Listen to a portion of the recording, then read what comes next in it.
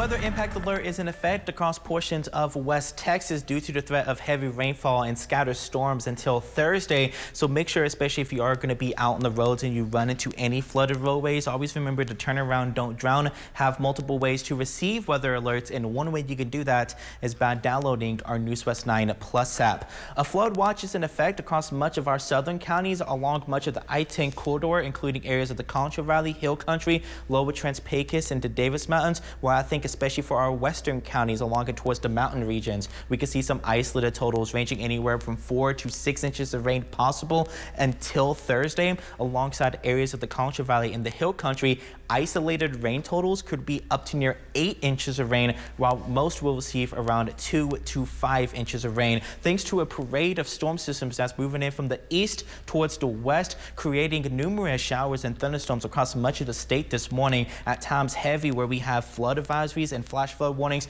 in effect, with light to moderate rainfall at times, with a little bit of the reds indicating even some of that heavier rainfall, which we have certainly seen this morning across much of the I-10 corridor, where we see a good swath around 1 to 3 inches. And if you take it over a bit closer, we see those oranges indicating rain totals nearly close to 7 inches of rain this morning. This is for portions of northeastern Sutton County, with some isolated totals closer to 5 inches just northwest of Ozona this morning. So especially along near Highway 190 and the I-10 corridor, traveling eastbound this morning, just give yourself additional time and make sure you have multiple ways to receive those weather alerts. Alongside, if you're able to find an alternative route, please find a way to do so, as there could definitely be some flooded roadways, especially along it towards our southern counties. If you have any travel plans to San Antonio, especially West San Antonio, you want to go ahead and make sure, especially if you have family members along west of San Antonio, you give them the heads up. It looks like we're seeing some potential catastrophic flash flooding begin to take place, with some isolated totals near 10 inches of rain. But the only positive I have out of this is, at least in terms of a lot of the rainfall, it is falling into the watershed, especially for areas of Lake Corpus Christi. They'll be able to get a good drink from this, but especially for the folks along and towards the riversides and the streams west of San Antonio, we could be looking at some flooding concerns. So definitely give your family and friends a heads up further south and east of our region.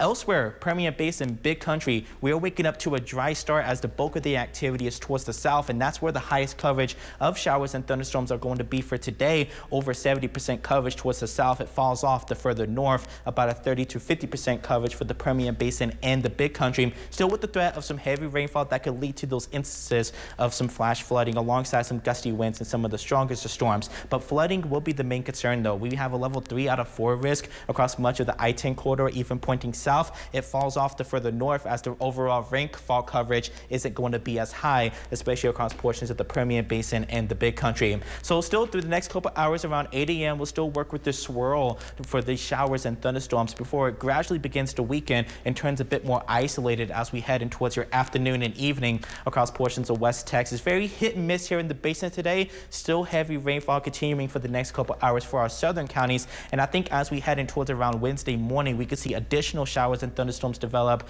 close along and towards our southern counties. But most of us will wake up with a drier start on Wednesday morning before we see additional showers and storms in the afternoon and evening. And I expect overall rinse and repeat as we head into Thursday. So every single day, at least for Wednesday and Thursday, we'll have a risk of significant flooding, especially for our southern counties. Here into the Permian Basin areas of the Big Country, Concho Valley, we'll work with some isolated to scattered pockets of flooding for the next couple days. So for today, scattered storms, the highest coverage will be south of the I-20 corridor, and we'll be able to see these showers and storms continue as we go on throughout the next several days, with the weather impact alert in effect for areas of the Concho Valley.